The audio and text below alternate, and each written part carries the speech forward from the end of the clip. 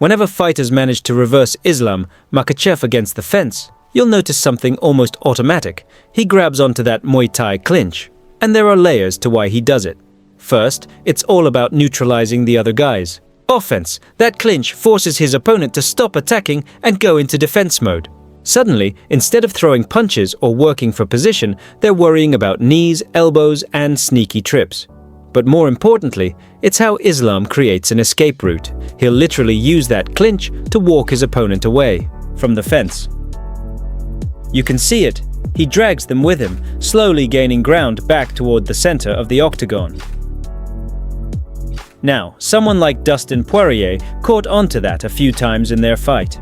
He wasn't just letting Islam chill in that clinch, he started throwing body shots, trying to make Islam pay for holding that position.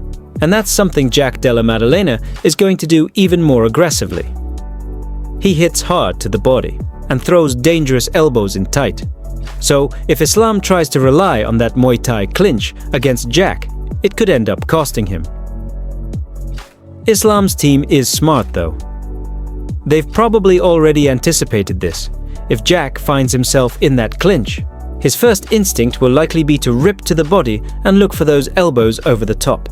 That's one of his most effective counters in close. But Jack's game isn't just about offense, he's very aware of what's coming back at him. Just look at what he did against Belal Muhammad.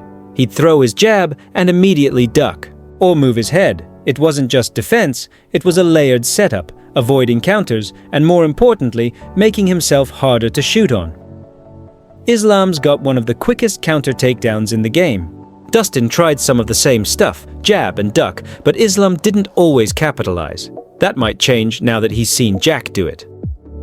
Don't be surprised if Islam starts mixing in intercepting knees or head kicks when Jack tries that.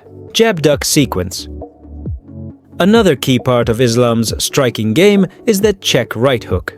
It's almost his default response when someone presses forward. Doesn't matter if you're orthodox or southpaw, he steps back and fires that hook. But here's where Jack can shine. Against Belal, Jack faked the power shot, shifted his weight, then came through with a shovel hook, a perfect answer to Islam's check right. Dustin tried the same idea too. He faked the left, baited the hook, then used that motion to roll in and fire back with a heavy right to intercept Islam's head movement. If you study Islam, you'll notice he leans left when he throws that hook. Jack's counter targets that exact movement. It's a high-level game of baiting and punishing reflexes. Islam's reflexes are sharp, but he does have patterns, and Jack is excellent at reading those. But Islam's not a one-trick pony with that right hook. He's got some really underrated head movement. Against Dustin, he showed some of the best defensive boxing we've seen from him. He'd lean, slip, roll, duck, and string all of that together into clean counter combinations. In one sequence, he hit Dustin with 2 hooks, then fired a straight left down the pipe. His awareness in those exchanges was top tier. He'd pull back from a jab, roll out of the way, fake a takedown level change to force a defensive reaction, then crack Dustin with a clean hook while slipping the incoming shots. You could even see him rotate off the fence as he did it, classic ring generalship. Islam was controlling distance and direction the whole time. At one point, he even talked to Dustin mid-exchange, blocked a jab, and then completely diffused a loaded left hand with slick footwork and a counter. That kind of composure under fire is what makes him so difficult to deal with. Now, compare that to Belal. Belal's head movement is basic. He'll lean or duck, but that's about it. Islam, on the other hand, will flow with punches and turn defense into offense in a blink. That's what makes this such a step up for Jack. He's going to find it a lot harder to land clean shots on Islam than he did on Belal. But here's something that worked for Dustin: counter jabs. Whenever Islam initiated a combo, Dustin would time a jab to interrupt his momentum. It didn't shut him down completely, but it definitely made Islam more hesitant. He couldn't get into rhythm. Jack can absolutely take a page out of that book. And when Jack throws first, Islam's usual reaction is to step away, reset, and look for that same right hook counter. That's predictable. It's fast, yes. But if Jack leads with a double jab into a straight, like Dustin did from southpaw, it can land. Not every time, but it's an option. The real edge for Jack, though, is his ability to change angles mid-combination. Most guys throw their combo in a straight line. Jack? He'll throw a few shots, then hop to the side and keep. The sequence going from a new angle. That's huge against someone like Islam.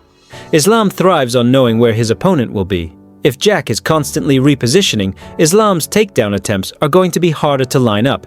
It messes with his timing and his setups. Just look at the 5th round against Belal. Jack stunned him with a single left hand after angling off perfectly. That kind of strike, off angle and out of rhythm, could be the key to cracking Islam's defense. But it also helps Jack avoid takedowns altogether. Because Islam is a chain wrestler. He's not going to stop at one shot, he'll follow up, redirect, and chase the finish. But if Jack angles off as the shot is coming, it forces Islam to either abandon the attempt or risk walking into something big. And look, when Teddy Atlas says a champion becomes 30% better after winning the belt, he's not lying. We've seen that with Islam. Some people argue Belal didn't get better, but I think he improved in specific areas. His striking was sharper than we've ever seen, especially against Jack. He still lost, but he held his own in the stand-up far better than most expected. Maybe the strategy held him back. He didn't start wrestling until later in the fight, and that might have been the mistake. Against Jack, you want to close the gap early and get to work.